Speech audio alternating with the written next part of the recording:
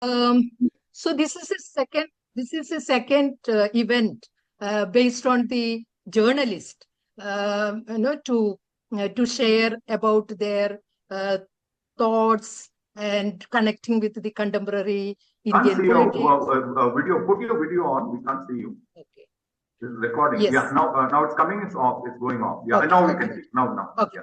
So we have been holding various events, including the book discussion, and this is the second event we have made, including journalists.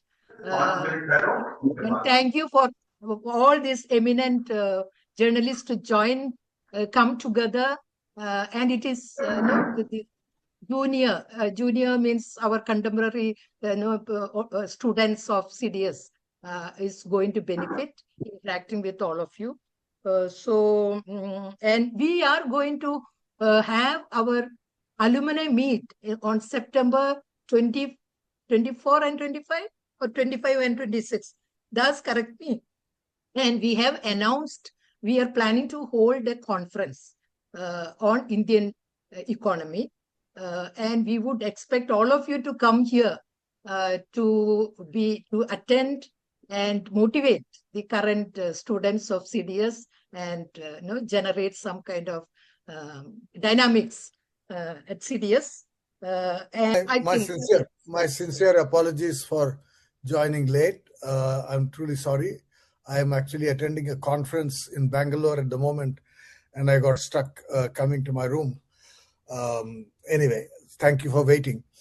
And secondly, thank you to Keshav and CDS for giving us this opportunity to reconnect with all of you.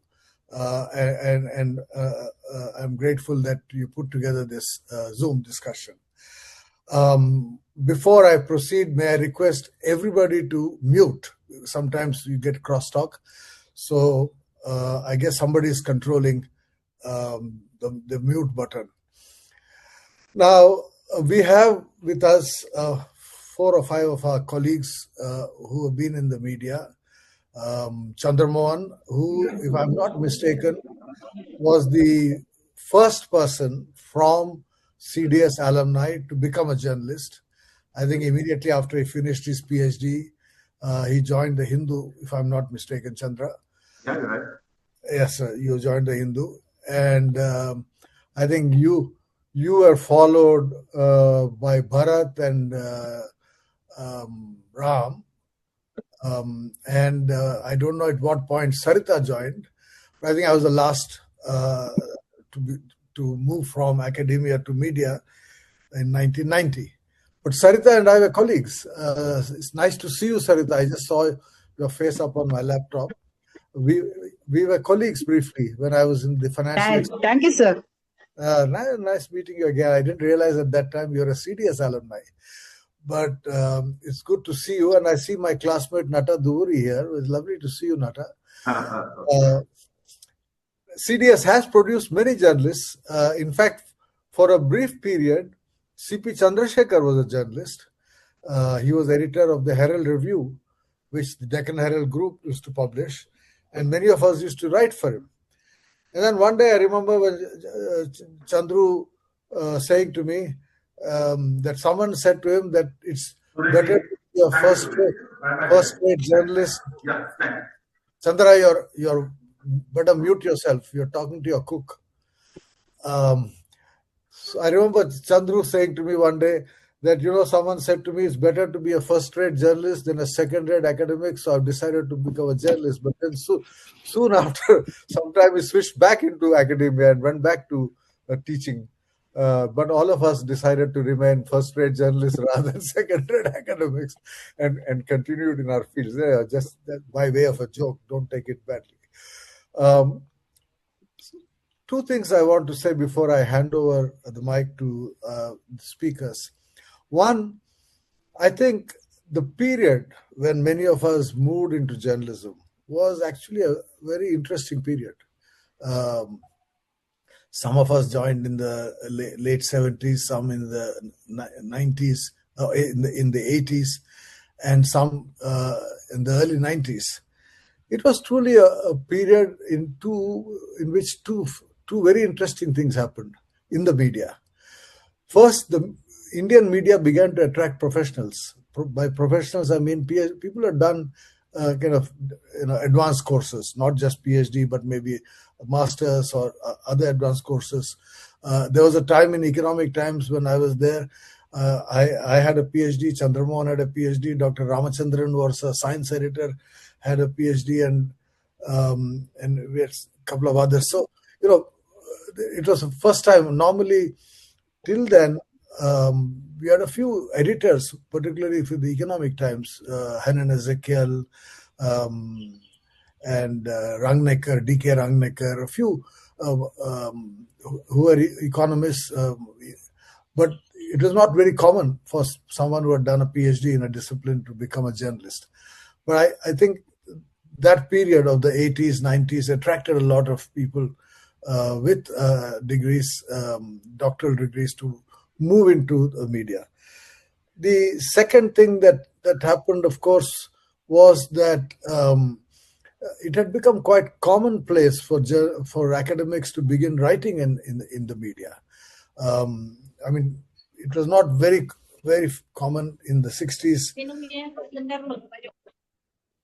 It was not very common in the 60s for academics to write in newspapers, but I think people like Hanan Ezekiel, D.K. Rangnecker, Manu Shroff, who was also editor of Economic Times, many of them began to kind of convince academics to begin writing for newspapers. So the quality of writing also improved in the media. As far as we in the CDS are concerned, and this is something I've urged Ram Manohar particularly, and Chandramohan and others also, to say a bit more on this. I think we were all, in a sense, equipped for writing in the media because of our training in applied economics. I mean, what at least I learned coming from JNU to CDS was the value of understanding what was happening around us, and not just study economic theory and history, but also look at numbers, look at facts, look at figures, look at sectors, look at agriculture, look at marketing, look at different aspects of the economy. Finally, I think what 91 did was to create enormous demand for fact-based news from the corporate sector because of the liberalization of the Indian economy, the boom in the stock market, millions of people becoming owners of shares, etc. And I remember the transition. I mean, I saw it happen in the months after I joined Economic Times, which was in June 1990, when we went from white to pink. The front page of the paper began to increasingly have news stories from the market. Till then, most of the news in the 80s, most of the news in a business newspaper was about policies. What did the Ministry of Industry say? What did the Ministry of Agriculture say? What did Controller of Capital Issues say? When government news was the front page news, because everybody wanted to know what policy what was happening in the field of policy. I think what changed in the 90s was that people wanted to know what companies were doing. Who was the CEO of a company X? Who was going to join company Y because I have shares in that company and I want to know? That kind of a shareholder interest is something we see in the 90s, which changed the front page. And I think many people have written about this. I remember T.N. Nayanan writing about this. So lots of changes happened in the 90s, and we were all witness to that. And I think our training in CDS was something I find was of great value. Now, with those introductory remarks, let me invite our four distinguished speakers. I'll go first with Chandramohan, who's the senior most of the group, and then invite Dr. Ramano Reddy and Bharat Bhushan and Sarita. Sorry, I'm not having ladies first here, Sarita, if you don't mind. You are a former colleague, so I can put you at the end and invite Chandra, who's Certainly. A classmate of mine from my batch of CDS. Chandra. Yeah, thank you. Of course. Thank you to all of you, Sarita included. Basically, it's nice connecting with all of you after long periods of time, and for some, it goes back to 45 years. So in that sense, it's nice of a homecoming of sorts. To get to the situation of journalism, in the sense how much CDS prepared one for the hurly-burly of journalism and things like that. I can say very honestly, I was telling Sundari before this program began that I'm immensely proud of my PhD, which I successfully completed at CDS. And so it has stood me in good stead. My whole life was transformed by that sheer thing of finishing my doctorate in CDS. So there is absolutely no doubt. But I'll be equally honest to you. In my days in CDS, I did not even confess to anybody, or I did not even have a clue that one day I would be a journalist. So it would be, I wanted to join, like most of you, I wanted to join academics, I wanted to teach and things like that. So being a journalist was not even in my dreams. I did not even visualize a situation where I would be a journalist. It is partly the frustrations of not getting the appointment I needed in the university system or whatever that forced my hand, and it began very fortuitously. I accidentally stumbled into journalism and became part of the initial team that set up Frontline. I did not know, I mean, it was just happenstance that he needed a person like me at that point of time, and he didn't feel the need to pull me out of academics. So he asked me to give me a gentleman's word of honor for 6 months, and because the magazine was just starting. As Sanjay was mentioning, it was a very interesting period because, in a sense, for the first time in the history of the profession, he hired 4 PhDs, one in history, one in theoretical physics, foreign affairs, and yours truly, which was not necessarily received well in the bastion of Kasturi buildings in Chennai. Why do we need these people and things like that? Others were away. In fact, I was the only one facing the full blast of it in Chennai. So it took some time. They took a while, at least more than 6 months, to get used to the fact that there is a PhD in economics who has laterally entered the profession in journalism and things like that So it was happenstance, a lot of interesting invisible forces that were set in motion, hiring specialized writers and things like that. It was a nice thing. But I can tell you one thing, however much of a background you may have in PhD in economics and things like that, to begin a new profession in journalism, it counts for nothing actually in the beginning. How do you get your stories? How do you move ahead? It's one thing, you have a fund of knowledge. Initially, you can belt out some stuff. But the point is the daily flow. How do you get into it? You have to do shoe leather reporting. You have to interview people. You have to do a variety of tasks, which an organization like the Hindu took upon itself to mentor me to become a journalist of sorts, even with all my background and things like that. Why I'm saying all this is, the expectations were very high in the profession that you are a finished product.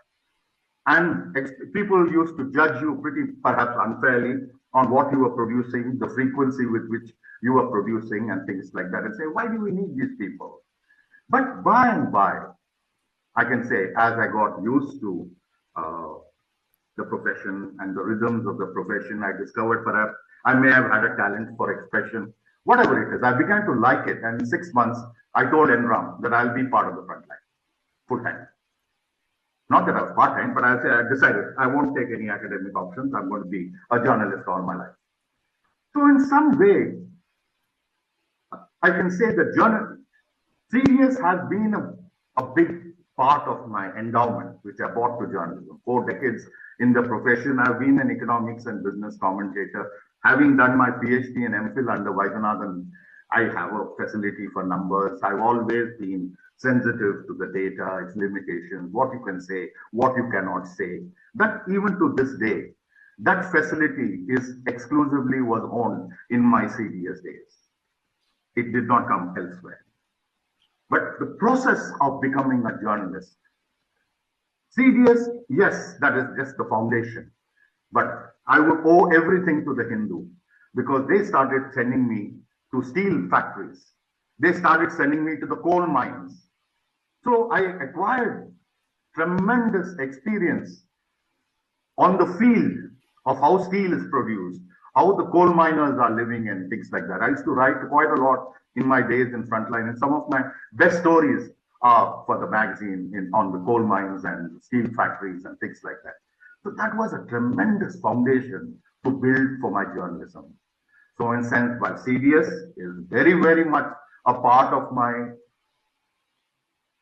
endowment as 4 decades of being an economics and business commentator, without any doubt. And I'm very proud of that PhD and what I've done. And I've stuck true to the knitting of writing only on economics and business, largely 98, 99% of my writing.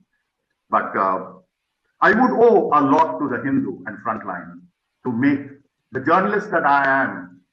Was basically out of nothing, they fashioned a person who can authoritatively write on important sectors and things like that with a certain degree of authority, which my book knowledge did not prevent me, which did not equip me. I had to go to the field to learn that.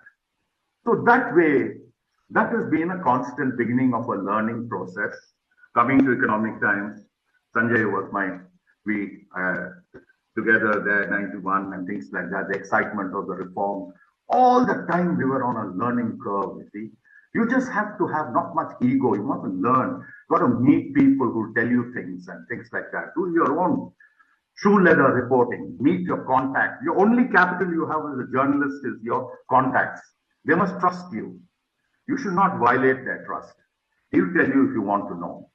So in some sense, over this period, I began to add up territory to write authoritative on a much wider range of issues than just steel and coal and things like that. It went to automobiles, it went to sugar, it went to variety of things. So in some sense, this entire 4 decades has been a tremendous learning curve, and I continue to do so. I was the Financial Express today and things like that. But the foundation is definitely CDS. The PhD that I got, I was never the same person thereafter. Though I can, as I honestly told you, I did not visualize being a journalist in my days in CDS. But when I stumbled into journalism, my training in CDS has stood me, it stood me in good stead. I've been in good stead even to this day. That is an honest statement I can make. I'll stop with now. Thank you. Thank you, Chandra. Excellent. What you said about legwork is so important. I think I entirely endorse what you said, that all of us, you of course moved straight from CDS into the Hindu, but I spent 10 years teaching in the university. And then when I moved into Economic Times, that is when I started my legwork, and this business of every day going out, meeting people. I'm reminded of what Nikhil Chakravarti told me when I joined Economic Times in 91. I went to see him. And he said to me, "Oh, you've been in university all these years and now you're becoming a journalist. Well, then let me tell you 2 things. One, meet anyone and everyone who needs to be met for a story." He said, you've been an academic, you might have, issues. I don't want to meet X, I don't want to meet Y. As a journalist, you cannot refuse to meet anyone. You have to be willing to meet all kinds of fellows, because news comes from all sources. So the first message he gave me, meet anyone and everyone, and meet as many people as you can. The social thing, yeah. That was the first. Second thing he said, don't write everything you know. Keep a third of what you know to yourself. It will come useful one day for something else you're writing. But don't belt out whatever you know onto the paper. Learn to keep confidences, and then write whenever is appropriate. What you don't want to write today, you can write tomorrow. And I think there's 2 valuable lessons from a doyen of the media like Nikhilda. That's very, very useful lesson. Now I move on to Dr. Ram Manohar Reddy, who's had an illustrious career as editor of the Economic and Political Weekly, but also has been with the Hindu and other publications, and now has his own website, the India Forum. Ram. Yeah, thanks, Sanjay. Yeah, I'll be brief, maybe first round, and then depending on the questions and how the discussion is going, come in later. Yeah, I've often thought, how is it that CDS has produced so many economic journalists? Perhaps for each one, it is a different reason, but one underlying thing, I guess, is two things: our familiarity with data, which empirical work, so much of it was emphasized at CDS.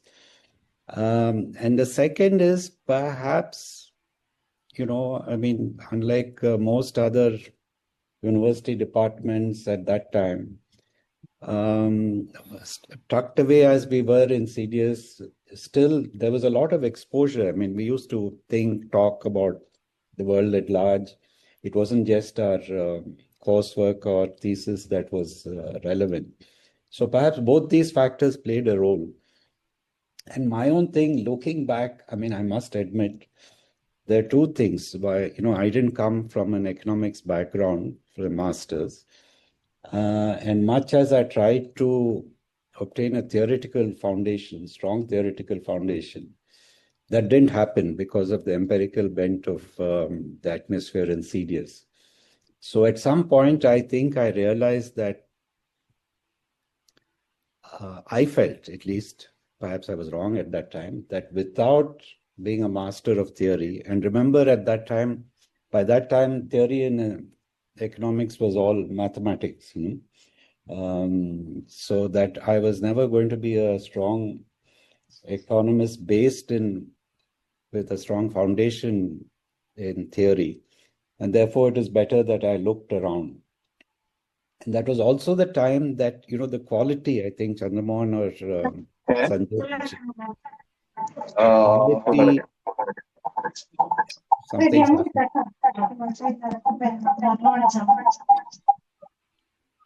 Somebody has to mute.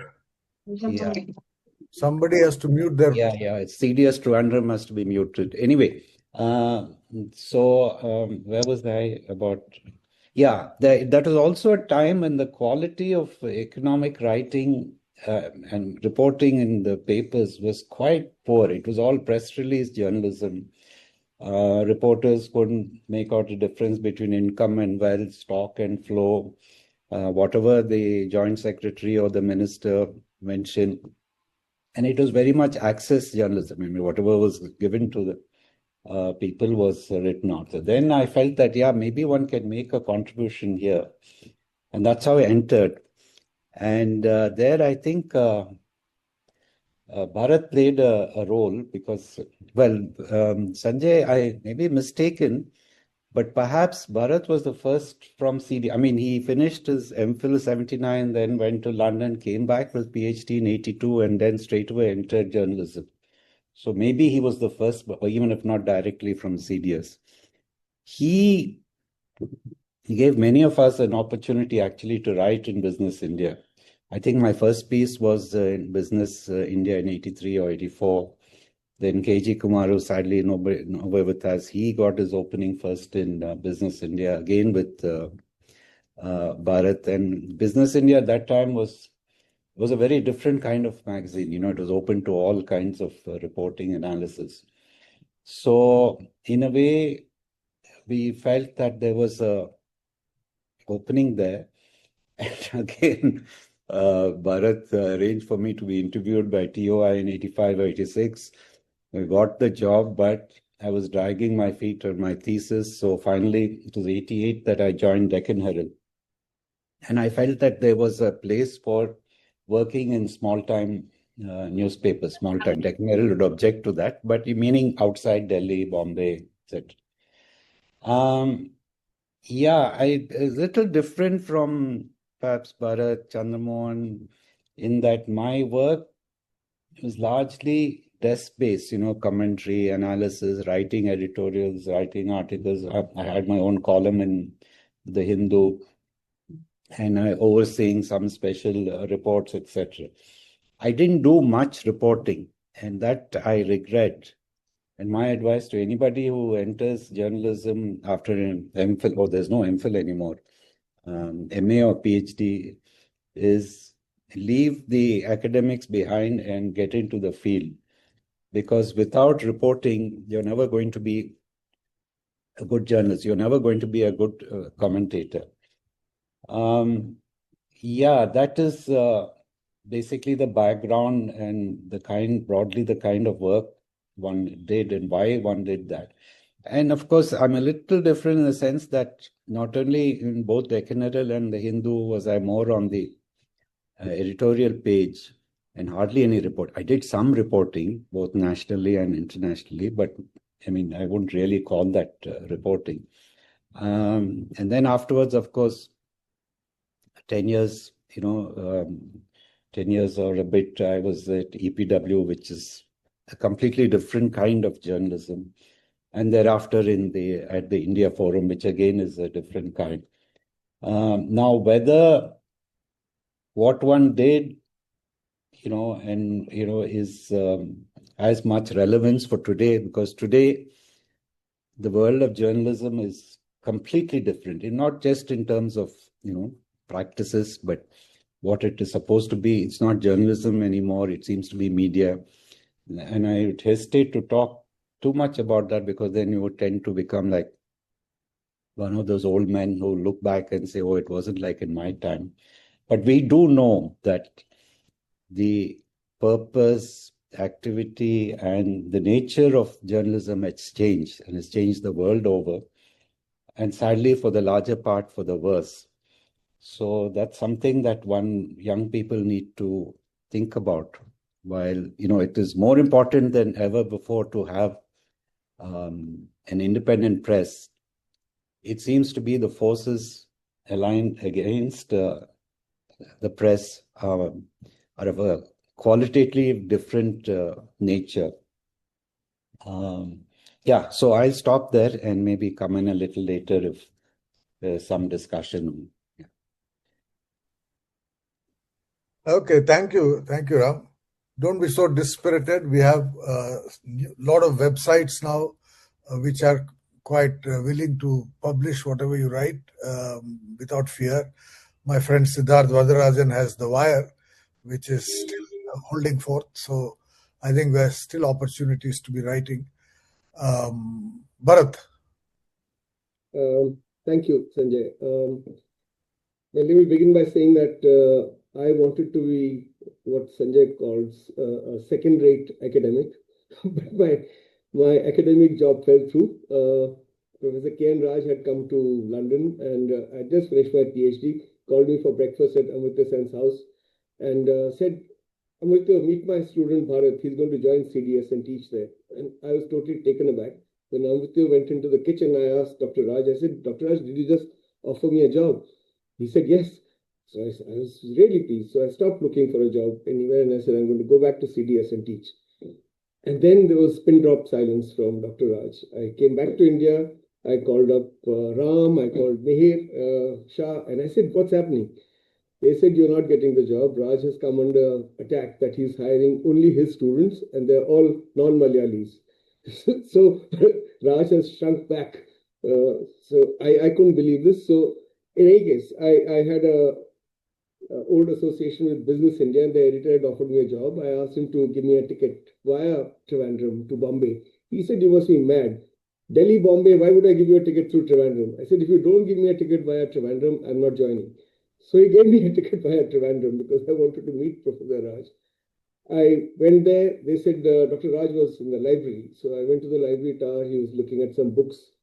So I went to him and said, hello, Dr. Raj. He just looked up and said, oh, hello. So you're back? I said, yes. And that was it. So there was no job. Next day, I flew to Bombay and became a journalist. That's my default option. But I don't want to go into these anecdotes. But what I would like to say is that, all of us are celebrating the kind of knowledge or analytical skills that we gained as MPhil scholars or PhD scholars, and how that has helped us. Now, if there are students listening to this, I would say it's not going to help you any longer. But nobody wants a specialist. Journalism has changed. What we used to talk about of manufacturing industry earlier, which was de-skilling. You would remember Harry Brewerman's Labor and Monopoly Capital and the concept of de-skilling. where certain skills become irrelevant and other skills are broken down into simpler tasks, repetitive tasks. That is happening to journalism today. Journalism used to be white-collar work, which meant cerebral work, sitting in offices, or even going out and meeting people, collecting data, analyzing that information, restructuring it or structuring it, and then presenting it to people. That's gone now. It's become blue-collar work, more like shop floor work. And I think this is a useful lens to see what journalism has become and why it will become increasingly difficult for people from with an academic bent of mind or from academia or from universities to join journalism. Now, why has this happened? Because when I was asked to speak, I said, oh God, I'm going full circle, because my PhD was actually on de-skilling and in manufacturing industry. And now I find the same thing happening to journalism. And you find that the skill required of sub-editors, reporters, leader writers, editors, and other production staff are no longer what they were, let's say, 2, 3, or 4 decades ago. Job descriptions have changed, workflow in the newsroom has changed, and editorial quality control has been transformed completely. So workflow and automation has come because of AI.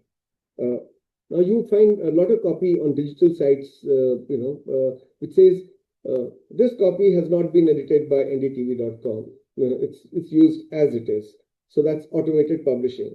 This automated video editing, captioning, for content curation.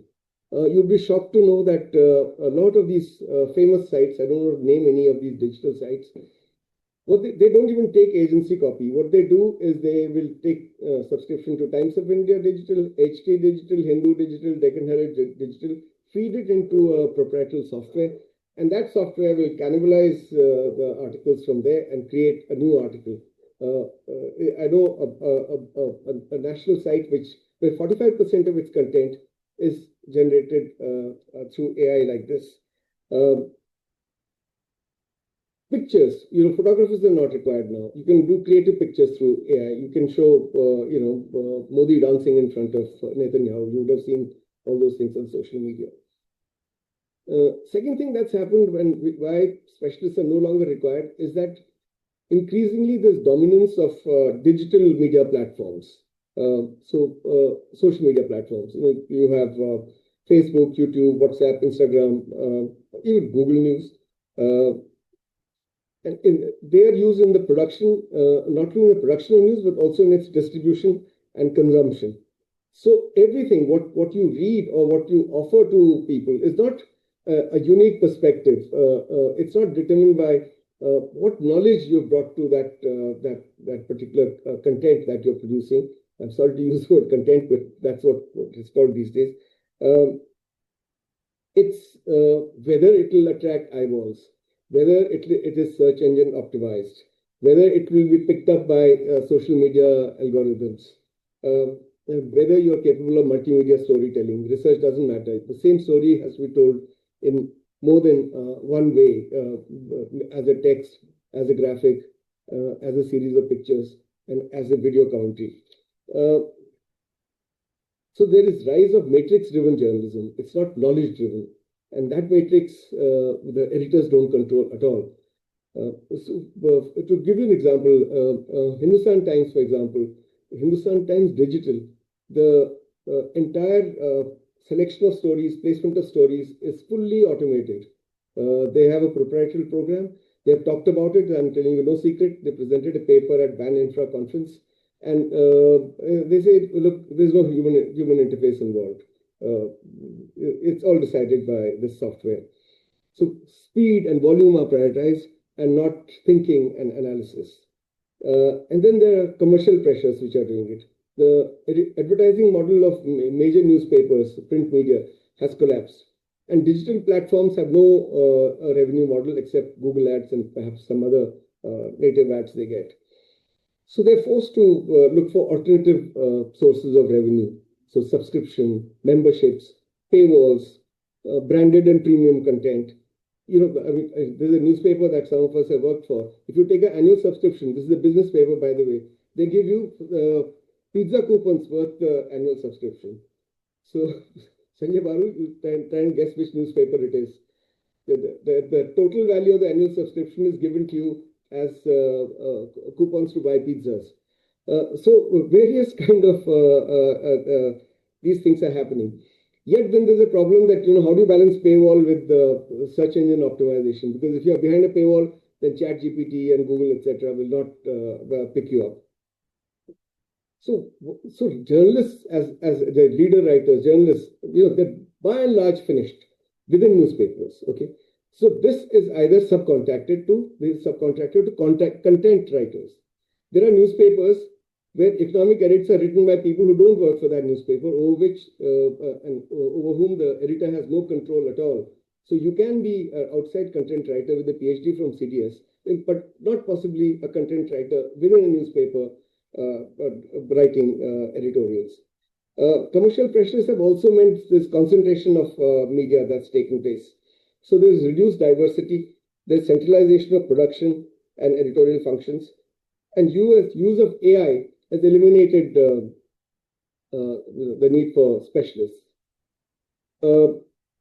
Many of these functionaries in the newsroom now, they do not report to an editor. Usually there's an editor, but they report to what is called the product team general manager or the SEO manager. He will suggest what they should be focusing on, and not the editor. So because of these things, I'm saying journalism has become a very, very precarious profession. So I would advise people to think twice before stepping into journalism now, because layoff and workforce rationalization has become a routine thing. For example, Anandaya Patrika Group sacked 350 people last year and nobody said anything. And this is happening across newspapers. Because why do you need people when you can just do tabletop stories? To tell you how, to what extent there's a blue collarization of journalism is that go to, for example, the Times of India newsroom in Noida, the digital newsroom. On one floor, there are about 300 people sitting. They don't even step out. There are no beats. There are no political correspondents. You can't tell them, please talk to various political parties, talk to everyone. Makes no difference. They're not allowed to go out. They have only one beat, which is entertainment. And entertainment people have to go out and write about page 3. Rest of them do tabletop work, and it's like a sweatshop. 300 people sitting in this huge floor that you can't even walk through the space that's left between desks. There are no permanent jobs. Increasingly, there will be less and less permanent jobs. Everything is contractual. All specialist writing, this complete de-skilling of newsrooms, all specialist writings has been outsourced. So on foreign affairs, you have every foreign secretary, every retired ambassador and his cousin writing on foreign affairs. You have every retired general writing on what we should do with Pakistan and on strategic issues linked to war. You have retired IAS officers. So, it's easy to pay them 2,000, 2,500 rupees a piece, rather than have a full-time person who you might have to pay more. So in-house work this is what happened with changing boundaries of the firm and subcontracting in manufacturing. That's what is happening to journalism today. Newsroom restructuring has taken place, as I told you. Centralized decision-making by managers, not by editors. Regional and specialized beats are finished. People are asked to do desktop stories. So whatever PTI, UNI, or whoever has sent, just change it, or don't even change it. Just use it as it is. So I would say under these circumstances, yes, we had a great time, but those times were different. Now we are entering turbulent waters. People in academia are much better off being second-rate academics. I don't know, universities are also undergoing change, but forget about being a first-rate journalist. So I think I'll end there on that sort of pessimistic note, and I'll be happy to answer questions later. Well, thank you for that detailed assessment of media today. As you correctly said, two things have changed journalism on the ground. One is the mobile phone, and the other is this whole online stuff. People sit, as you said, in front of computers, use their mobile phone. Nobody does the legwork. And I keep thinking of what Nikhil Chakravarti told me, that you have to go and meet people. I routinely refuse to talk to journalists who call me on the phone and ask for something. I say, come and meet me physically, then only I'll talk to you. But that doesn't happen 90% of the time. Now, for the last, we have left our lady journalist, my former colleague, Sarita Verma. I'm sorry for putting you at the last. I took that liberty with you, Sarita. But I think it's also important to mention now that one of the major changes that has happened in Indian media is the enormous increase in the number of women journalists and as a profession. The first time this was actually recognized, in a sense, came into kind of public recognition, was when the Indian Women's Press Corps was set up. Prime Minister P.V. Narasimha Rao allotted a Lutyens bungalow to the IWPC in Delhi, and women journalists came into their own in Delhi.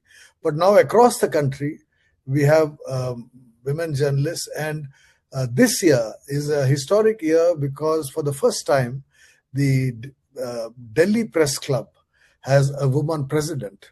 I think she used to be with the Hindu, if I'm not mistaken, or the Frontline. And now I think she's with the Wire. But I'm sure in other cities, women journalists have been active in press clubs. But certainly now, the New Indian Express, which you get in Trivandrum, unlike the Delhi Indian Express, has a woman editor. And the Outlook magazine has a woman editor. I remember even when I was with Manmohan Singh and he asked me, I want to give a Padma Shri to a woman editor. Then I did my research and found that the only woman editor at that time was Mrinal Pandey, who was the editor of the Hindi, the Navbharat Times, I think. There were no other women editors in 2005 when Mrinal Pandey was given the Padma Shri, and of course there was Barkha Dutt. But today, of course, there are literally hundreds of them all over the country. So in recognition of the growing importance of women editors, I'm glad that CDS alumni, so Sarita Verma, is with us. Sarita, it's your time now. You have to unmute, yeah. Thank you, Dr. Baru. Dear CDS family, can you hear me? Because it's raining heavily here. I could not hear many of the earlier speakers. That's why, can you hear me? I can hear you. Can you hear me? Go ahead. Yes. Go ahead, I can hear you. If my audio is not quite loud enough, I would like to know whether my vocal cords are working better, that are more efficient. Go ahead, no problem. We'll hear you. Yeah. So, dear CDS family, thank you for affording me this privilege of interaction, the presence of many my eminent predecessors in CDS, Dr. Sanjay Baru, Dr. Ram Manohar Reddy, Dr. Chandramohan, and Dr. Bharat Bhushan. All of them are titans who shaped financial journalism in their own ways. Except for Dr. Sanjay Baru, I am yet to meet any of them offline. Dr. Sanjay Baru, of course, had been my editor in the Financial Express. His era was also the golden era of great journalism in Financial Express. Now, as I understand from Beena, the thrust of the current session is to point the impact of CDS on economic journalism and to have more perspectives on the contemporary scope of journalism as a profession for the new batches of students in CDS. I hope I'm right. So, in the CDS fashion, in the fashion of coming out with questions in a CDS seminar. So so I would summarize the thrust of it as what are the key takeaways from the CDS education that impacted my journalist journey, and what sense of purpose it gave. But before going to that, let me confess that I am the odd person here in this panel, not that is beyond the obvious, beyond the gender factor. Unlike my distinguished predecessors here, I did not move from CDS and economics to journalism. In fact, I was already an active journalist when I came to CDS. I was a PG in English literature and got a couple of assorted diplomas in journalism, in constitution, and in German language, completely different stuff. And I worked in English journalism in the Statesman in Calcutta, and then in Malayalam in Malayalam Manorama Group, the women's magazine called Vanita. At that time, the Malayalam dailies were not taking women for their. I mean, they were not even entertaining for their tests, for their recruitment tests. So I had to join a women magazine. So while working in that, while I was actively working in that, both in the reporting and in the production, when I got the Bangalore-based JET National Fellowship instituted by the eminent TJS George, it was my my paradise moment. But then, till I understood the catch. Me, an ignoramus in economics, had to undertake the 2-year MPhil course in CDS to avail this fellowship. So, with kind of animal innocence, I came to CDS campus. The first 3 months, I tell you, were sheer hell. Imagine an economics illiterate attending MPhil applied economics classes with classmates who completed MA economics with flying colors. At that time, the MPhil, it was very difficult to get a seat for MPhil, even for economics, MA economics toppers. And I was sitting with them. And we were sitting in the classes of Dr. K.N. Raj, Dr. I.S. Gulati, etc. I couldn't understand the technical jargon in the lectures. When they spoke of primary, secondary, tertiary, etc., I would be thinking of colors, primary colors, secondary colors. Then there was a tyranny of the supply curve, the demand curve, etc. All were dangerous curves for me. Then they started drawing pictures and charts with cobweb theorem, so which makes me more confused. All these were Greek and Latin to me. At that point, it was a terrible predicament because I was sent away from, I was felicitated by Malayalam Manorama for winning this prestigious fellowship, and I could not go back to the office and say that I couldn't do it. So finally, I dared to meet Dr. K.N. Raj and admit that I was quite stumped. Dr. Raj, bless him, he was kind and attentive and told me that this is just a passing stage. He stood his ground that having students from other disciplines would add value to economics. But actually, the one who really saved my academic life was Dr. Thomas Isaac. I believe your classmate again, Dr. Baru. Thomas Isaac is also your classmate? Junior. Thomas Isaac. Junior. Isaac Junior, was, okay. I think 2 batches after. 2 batches junior. Two batches. Yeah. Actually, he was my savior at that time. So I went and told him that I couldn't sit through the classes because I couldn't, all the classes went above my head. So he said, so you don't understand the fundamentals of economics. Do one thing. After every lecture class, note the list of new terms you come across. Go to the CDS library. There are 6 floors. 2nd floor, south side on 2nd shelf. 3rd row, you'll find Eatmap's Dictionary of Economic Terms and get it clarified then and there. And this was an open sesame to my understanding. And by the time the assignments and the open seminars started, I was able to make remarkable progress.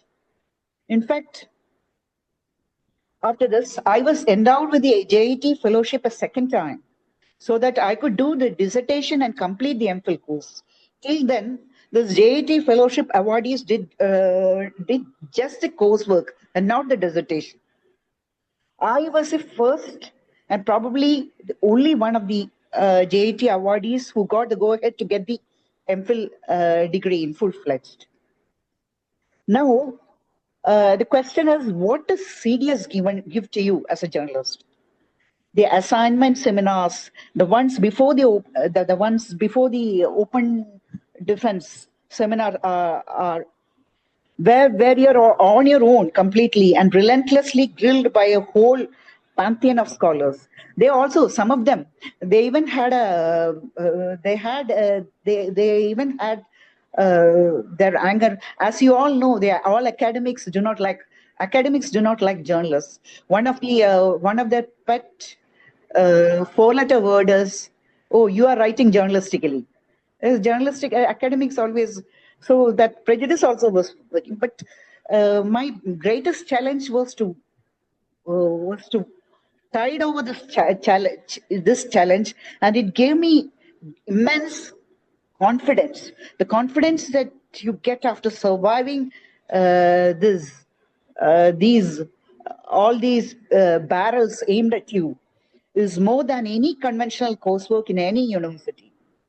So when I completed the MPhil and went back to my journalism work in Vanida magazine, my socioeconomic awareness that I took back was quite tangible in the subjects, and both in the treatment that I had later in my journalism life. As you probably know, as at least some of you know, this Vanida is an upper class magazine for women, and it usually appeals to the kind of middle class section of and upper class section of the society. So I was able to bring in a more of social change features into the writing pattern there. Later, when I joined Financial Express also, I feel that in critical thinking and data crunching, it was as if I had an edge on my non-CDS colleagues, especially at a time when most of my colleagues were male, and I was considered, usually a woman is considered a liability in the news desk. My CDS background came in as a confidence factor. I believe, but when I looking back, I feel that the stoutest support from the rigor of approach that CDS gives you came while doing investigative stories. I'm not basically an investigative reporter. I do more of long story. I like to do analytical stories based on data and also social change. But then you also, in the course of your journalist career, you also do investigative stories. I once ran into a legal situation with Coca-Cola. Dr. I won't go into the details of that because it will take up some time. But I remember that Dr. Sanjay Baru was of immense support when I had that legal situation, and the rigor in bringing supporting evidence in every step helps in close-knit documentation backup while messing up with the MNCs. There is also another legal situation with Cadbury India, was regarding the cocoa farmers. There again, the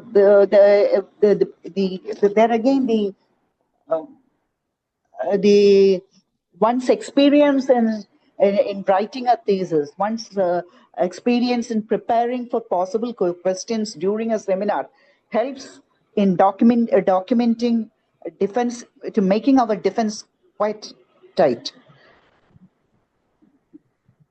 So, if the purpose of the session is CDS students can have is to find out CDS students can have a future in financial journalism, yes, I would say yes, if the quality of journalism is a basic criterion. Having said this, I must also add that journalism is not much of a paying profession. Media owners who are particular about fair journalism are also now rare. As most of us were discussing earlier, journalism is going through a disruption in technology, in capital, in control, and in mindsets. The print journalism is on its last leg. TV news, too, is losing out to phone screens. The spread of disruption is several notches more intense than what Alvin Toffler predicted in his seminal Future Shock back in 1970s. At the same time, journalism is not quite dying. As Dr. Baru said, there are websites, there are very brave web players like the Wire, the Scroll, the Wire, the Scroll, the News Laundry.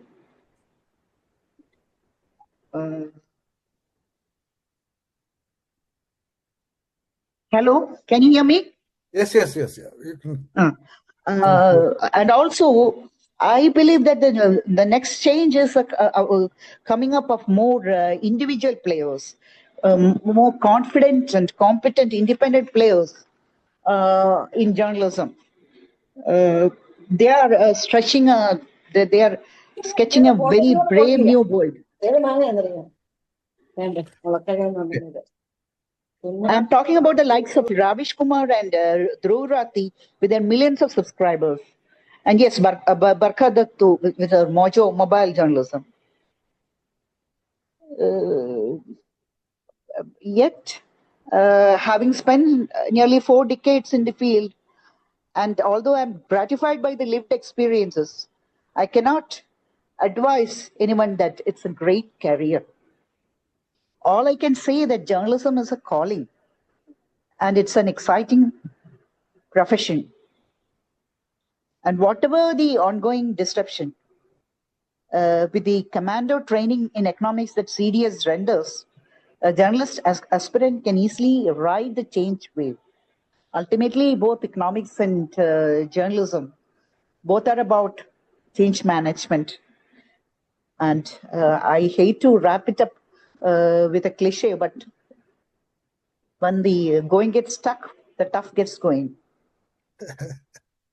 Excellent. Thank you. Thank you. Brilliant. Yeah, really very good. Thank you, Sarita. Well, I'll invite questions from everybody. Let me say a couple of words and also address one question raised here. Nata wants to know about AI. I'll ask one of you to reply to that. I don't know much about AI. But Geeta had asked whether there's any advice we can all give, and I invite the panel to give whatever advice beyond whatever has been said. The only thing I would say, I endorse Sarita's view. There are a lot of good journalists going around. The major papers, as Bharat has said, whether it's Hindustan Times or Times of India, they are no longer the real, platforms for good journalism. But there are still others. I mean, there is still the Indian Express, there is the Hindu. There are other papers around the country. I find that the New Indian Express out of Bangalore or wherever it comes from, Madras, their editor is a very enthusiastic lady, and she's brought some life to that paper. Similarly, the new editor of Outlook, another young woman, doing some good work there. So there are platforms available. And in economic journalism, I think Financial Express and Business Standard and Hindu Business Line remain important papers. They still do report fairly important news, what's happening in the economy, etc. The opinion pages, of course, are full of people who praise the government. But if you're looking for news, but finally, the websites, you mentioned News Laundry, News Minute, the Wire, the Scroll, the Quint, and there are lots of others in different Indian languages. One of the things I find very encouraging whenever I travel around India is you meet a lot of young journalists who come to me with a lot of enthusiasm, asking questions, wanting to know, and in all kinds of publications, in Indian language newspapers, Telugu newspapers, Hindi, Bengali, Tamil. So I actually see that there is still a lot of young people who come into the media, who come into journalism, television media, with a lot of enthusiasm. Now, if whether that can be sustained over time, I don't know. But the profession is still attracting a lot of bright young people, and there are avenues, there are openings available for young people. Let me not take more time, because we now have about 20 minutes for question answers, and I've tried to address Geeta's question on AI. Nata has a question. If there are any other questions, please go ahead, and I'll go back to the panel if each one of you would like to add anything or respond to any of these questions. Please I'll start with, can I just kick off with something? Yeah, go ahead, Sandra. Yeah, I mean, sorry, I may not have much to say on AI. It's very nascent and things like that, and I don't have any gyan, as it were, on what the status of the profession with AI running amok and things like that. But no, I don't have that. But all I can say is, Geeta, I think was asking, what are the challenges in the profession?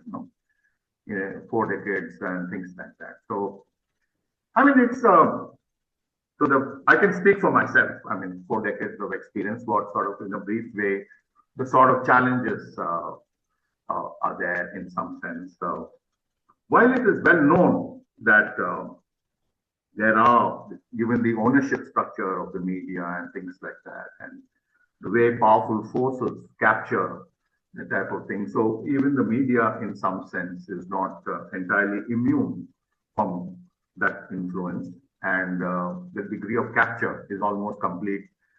In one way, I used to always have a hypothesis. One reason that business journalism, I'm not talking about political, business journalism, in some sense, has always been and has not really matured in that sense compared to the long tradition of independent political writing and bringing the system down and things like that. Economic and business journalism has always been, in some sense, slightly controlled by the power structure, by powerful corporates who are very keen, keep a eagle-eye view on what you're writing and threaten the paper with tremendous libel suits and things like that if they're not happy with any nuance in that. I can just tell you about a small experience of mine in the Times of India, in which the Economist magazine wrote a very critical piece on Dhirubhai Ambani. And it raised a big ruckus in the edit meeting, and the owner, that time Ashok Jain was still alive, and he said, Dhirubhai, these people have, his honor must be salvaged and things like that. And I was at that time the business editor, and Dilip Padgaonkar raised it in the edit meeting saying, salvage Dhirubhai's honor. I said, what do you want me to do to salvage his honor? What do you expect me to do? I mean, he said, give a repost to the Economist and the same length of that piece so that Dhirubhai's honor is salvaged. I was quite taken aback because it was an order given. You need the job, you do it and things like that. But I was quite intrigued by the degree of attention the spokespersons of the Ambani group who were present in the group, who used to visit and walk into the editor's cabin and virtually keep an eagle eye on any negative coverage of that group and do the needful. That was, in some sense, a reality check for me about this so-called, about this thing. It is, I have a 5-year thing with even Business India. Thanks to Bharat, I joined Business India for 5 years. I was heading the Delhi operations. It was a wonderful job. I mean, it was in the peak of its fame. It was the biggest, the most influential business magazine in the country. And as Ram would say, I think I still stand by whatever you have anything interesting to say, Ashok Advani would publish it in the paper. So in some sense, that magazine was capacious enough to take into account even development stories on B.N. Yugandhar. For instance, I introduced B.N. Yugandhar to the profession through Business India. So in some sense, it was all there. But the other side of it, it produced people who are very close to the corporate structure. They could walk in in some way and sort of ensure, you want a file on why a particular company did not get a particular contract. This is the dope on it. You'll become famous. Investigative journalism in some sense. So I used to see a regular procession of such people coming to me, trying to influence my stories. So there is a degree of challenge. You face, in a sense, the degree of freedom. It was not been easy, but it was challenging to undergo that experience. Yeah. Okay, Chandra, I'll have to cut you there. We're running out of time. Yeah. Ram and Bharat would like to.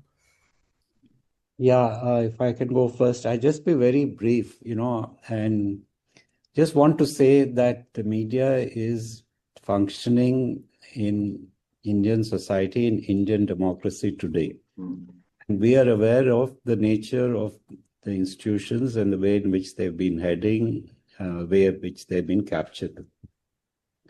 Now, media, I would tell young people that now more than ever before, you need a strong press. But now more than ever before, it is not playing its role. I mean, technology is one thing that Bharat had highlighted, but we know that there will always be exceptions. There's Wire, and there's in fact Article 14, and then there's Maktub Media, and there are many young, brave journalists. But they are exceptions. The overall, the courts are not willing to protect you. The executive is not willing to protect you. The business which owns you is not willing to stand by you. So it is not easy. And you look at, the entry to journalism schools are falling off. Those who enter journalism schools increasingly go into marketing or publicity because A, it's not easy to find a job. B, at a lower level, salaries are atrocious. And C, disillusionment sets in frequently. We just need to be aware that this is not a pretty situation, and even the Express and the Hindu are mere shadows of themselves. So we are operating in a society, and media cannot function independent of that. And exceptions aside, it has not been willing to take on the executive, and it's heading in a certain direction. And this technology is unfortunate, and business is pushing it along. And about AI, I don't know, Nata, AI, the impact of AI on, the world at large, we are still sort of trying to understand. And as Bharat said, it's certain things it's already crept in automation of selection of stories, publication, etc. So we really don't know. I mean, this profession, as much as any other profession, what is going to happen, we don't know. I mean, I'm sorry to be pessimistic, but I don't think we should tell younger people otherwise. That yes, all to their enthusiasm, all to their conviction, but it is a difficult situation. And if you're working in a small town, working on corruption, working on RTI, and as we know from recent reports, chances are that you'll get bumped off. There's no protection. Not that it didn't happen earlier, but now more than before, there is no protection. So it's not a happy situation, and I don't think, to use a strong word, we should fool ourselves otherwise. Yeah, thanks. Bharat? Yeah, so let me say that there are some positive things also happening. Lest was understood as somebody saying that there's all doom ahead of us. Even with automation, for example, as I said, algorithms govern selection of news. So Google has recently changed its algos and now rewards original content over AI-generated content. So those who are using 40-45% AI content are now being forced to cut down on AI-generated or AI-curated content and look for original content. So there will be a demand, or there is for the time being, demand for original content. And original content is badly lacking. I mean, unless you go to India Forum or you go to EPW or academic journals. But there is some hope there that this AI bubble will burst, and there will be demand for original analysis, and not because editors want it, but because algorithms want it. Somebody asked about the challenges. I think the greatest challenge is really reskilling. Now, people like us of my generation, we've reskilled ourselves 2 or 3 times. I began as a print journalist. I went to television, educated myself on television, documentary filmmaking, anchoring, etc. And then to digital, I ran a digital platform. So each time you have to reskill yourself. Not only do you have to reskill yourself if you are an editor or if you're in an editorially powerful position, you also have to reskill your staff, minimizing the job losses. We saw during computerization, for example, in AVP Group, there were murders because people lost their jobs. In other places, the transition was much more peaceful. And now it's very peaceful. You can sack 350 people and nothing ever happens. But reskilling remains a challenge. And the second challenge is how to sort of, there's a shift, there's always been a shifting frontier of control between editors, journalists, and marketing, ad sales, etc. Sometimes it shifts this way, sometimes it shifts the other way. So how to be at this frontier of control and still maintain journalistic freedoms? We talked of corporate control. Corporate control, especially in the pink papers, is enormous. Chandramohan talked of this powerful person. I think we are talking of a common friend who used to be Dhirubhai Ambani's man, who could walk into editors. Any cabin, yeah. So once I opposed the appointment of a business editor when I was executive editor of Hindustan Times. Somebody who I found had privately placed shares of Reliance Industries and who's doing only Reliance propaganda. This went back to Reliance Industries, and there this PR person who we are talking of called me for lunch one day and said, "Is it true that you opposed this guy because he's our man?" I said, "Yes, I opposed it." And I said, now that I'm being honest with you, you also tell me that. Is he your man? He said, yes. He comes and takes a lifafa every month. But he said, where would you find a corporate editor who is not on our payroll or who has not benefited from us? Now, I'm sure there are honest people also, but I think this was the kind of confidence he spoke of. Today, maybe Ambani's people are doing the same thing. But Ram pointed out about state control. State control was never like this. Previous governments, before 2014, Sanjay used to sit in PMO and I would be writing articles against Dr. Manmohan Singh critically, and he would say, "Who's your source? Who's giving you this information?" I would say, "No, you shouldn't ask me this question. When both of us are not journalists, then we'll discuss this." But nobody took any action against you. Nobody took action against newspapers. Only 2 weeks ago, I was sitting with a digital editor in his office, a big digital site. So Rahul Gandhi was speaking in Parliament. So he said, "Sir, Rahul has begun speaking 5 minutes ago, and here's this PMO WhatsApp group of which I'm a member. They're already telling me how to counter it." So that is the level of control, and this is a big, big challenge. Media will of course survive, and there will always be good sites and good magazines, good news platforms.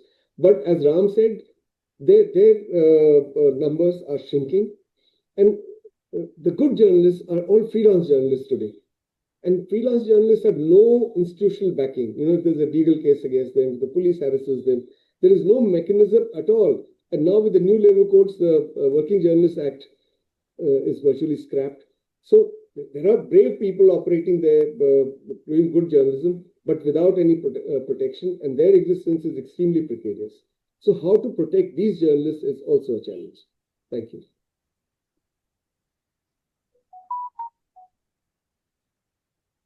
Sanjay, you're on mute. Thank you, Bharat.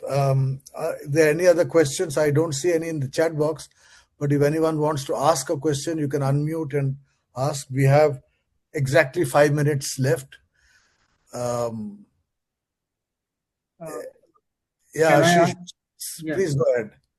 Sanjay sir, this question is for you because I was going through one of your books. I am doing PhD on business groups.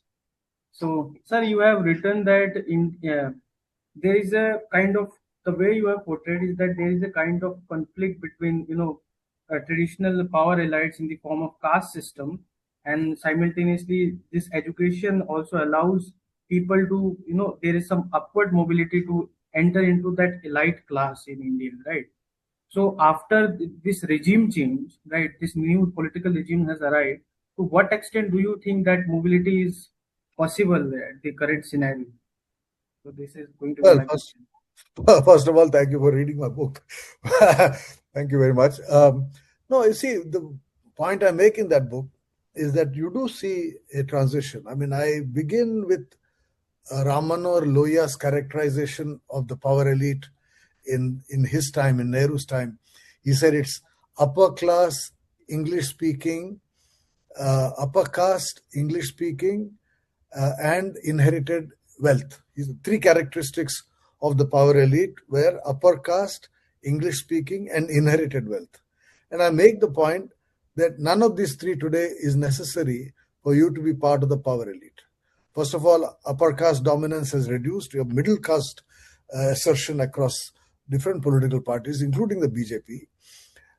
Inherited wealth is no longer that important. In fact, the inherited wealth guys, all the Marwadis, are no longer the big guns apart from Ambani's. You have a lot of first generation business.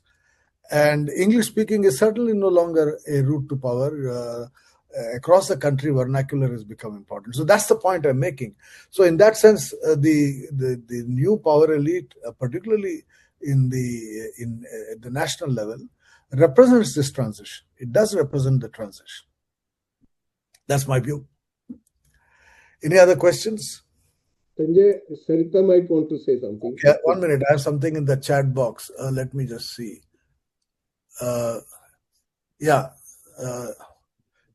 Sarita, do you want to say anything about the challenges of being a journalist today? Yes. Hello. Yeah, go ahead. Yeah, I think the main challenge would be in the era of AI and other spams. The biggest challenge would be fake news.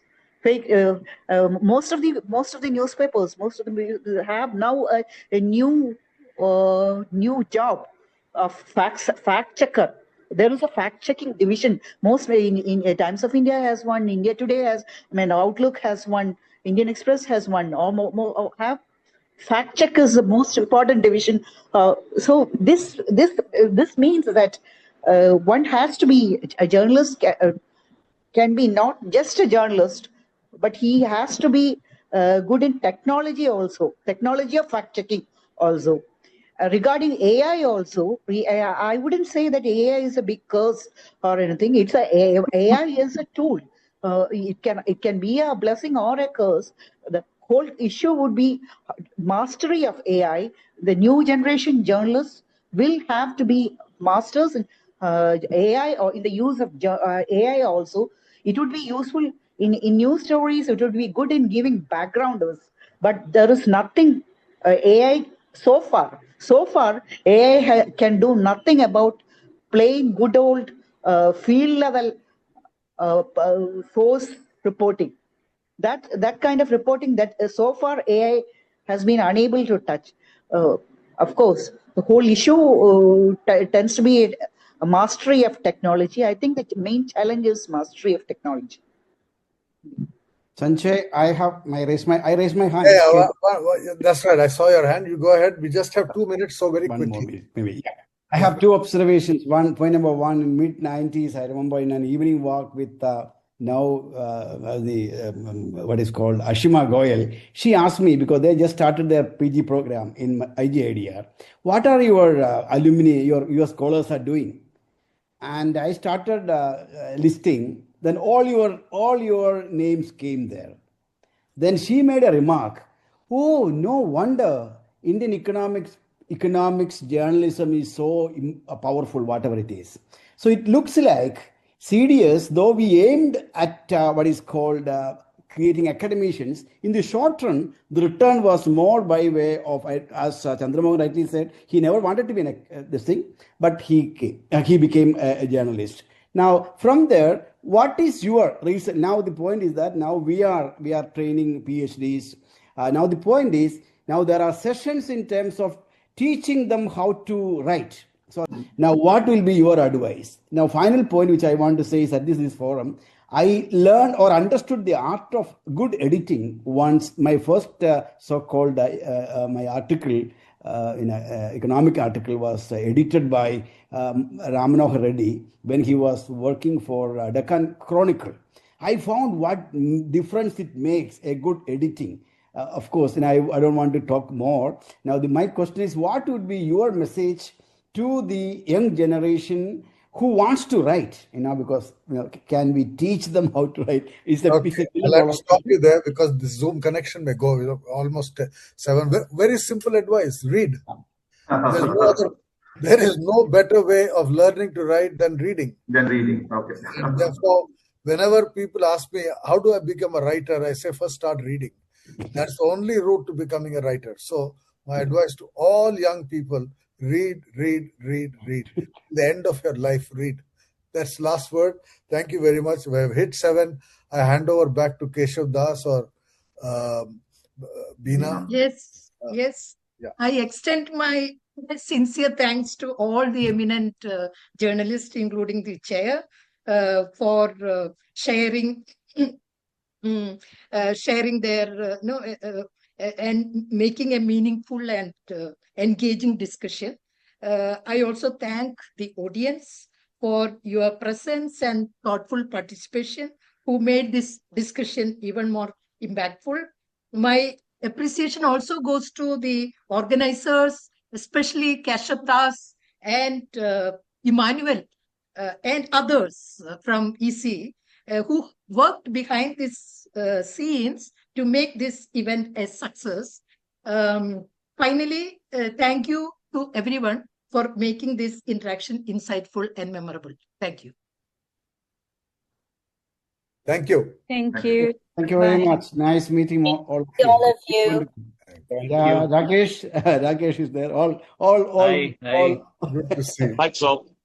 Thank you. Gareth, I Maybe think it's nice that you are taking so much initiative. Everybody can put on their video. We can take a... Yeah, at least for a minute. It will be nice to see at least after a long time. Nada, wonderful to see you. Yeah, lovely to see you. Yeah, Harilal. Hi, Nata. Hi, hello. Hi, I'm here too. Hi, Nata. Both of them are there. Rakesh and Vinod, both. Great. Hi, Joseph. Great seeing all of you. In fact, hi. Chiramji masquerading as Geeta Sen. Yeah, Geeta Sen is. She was. Hi, Geeta. Both are there. Great. It is great. Yeah. Keshav, thank you. I'm going to log Thank you, Keshav. Sundari, thank you very much. It was wonderful. Bye. It was really wonderful. Bye. Bye. Thanks a lot. Bye.